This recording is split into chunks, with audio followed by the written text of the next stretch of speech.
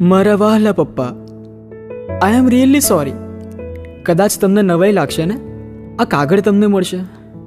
કેમ અચાનક કાગળ? ક્યારેક ફોન પણ માંડ આવે, અને આજે આ કાગળ? તમે એવું જ વિચારતા હશો ને કે હંમેશા તારી મમ્મીને જ ફોન કરતો હોય, અને આજે ફોન નહીં ને કાગળ? પણ પપ્પા, જ્યારથી આ ભીડભાડવાળી જિંદગી જીવવાની ચાલુ કરી છે ને, ત્યારે તમારી કિંમત સમજાય છે. ઘરમાં હતા ત્યારે કંઈ ખબર નથી પડતી, પણ જ્યારે પોતાના પર જવાબદારી આવી ને, ત્યારે ખબર પડી કે તમે કેટલી બધી જવાબદારી નિભાવી છે.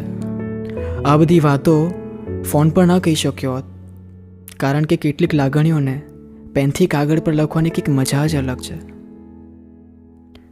તમે અમને નાનપણથી મોટા કર્યા, ભણાવ્યા, ગણાવ્યા, અને અમે કમાવા માટે બહાર નીકળી ગયા.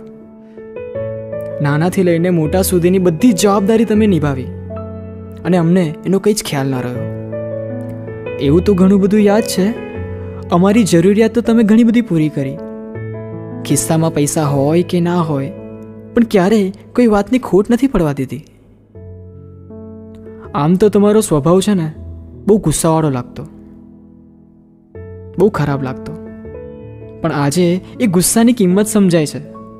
પપ્પા, સાચું કહું ને તો તમારી કીધેલી એક એક વાત મને યાદ આવે છે, એક એક શિખામણ તમારી યાદ આવે છે.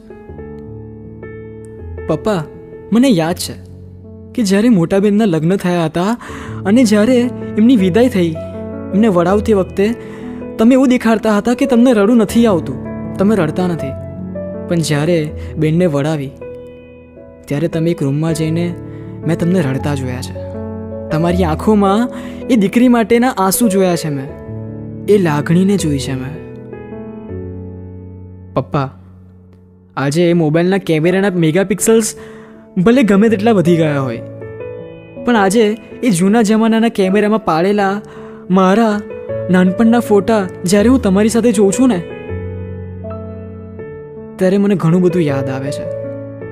શું દિવસો હતા ને કે તમે મને આંગળી પકડીને લઈ જતા દરિયા કિનારે અને આઈસ્ક્રીમ ખાતા.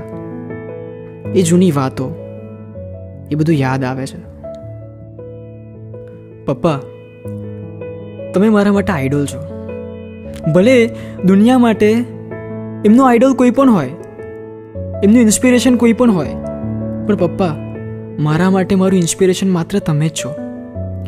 એક એવી વ્યક્તિ કે જેને દુનિયાની દરેક પ્રોબ્લેમ સાથે મેં લડતા જોયા છે, પણ ક્યારેય હિંમત હારતા નથી જોયા. બસ આનાથી વધારે કંઈ નહીં લખાય. તમને યાદ કરું છું. અને હા, જ્યારે હું ઘરે પાછો આવીશ ને, ત્યારે પપ્પા, આપણે ફરીથી ફરવા જઈશું, જૂના દિવસોને યાદ કરીશું. અને હા, આઈસ્ક્રીમ તો તમારે મને ખવડાવવો જ પડશે. પપ્પા, આઈ લવ યુ.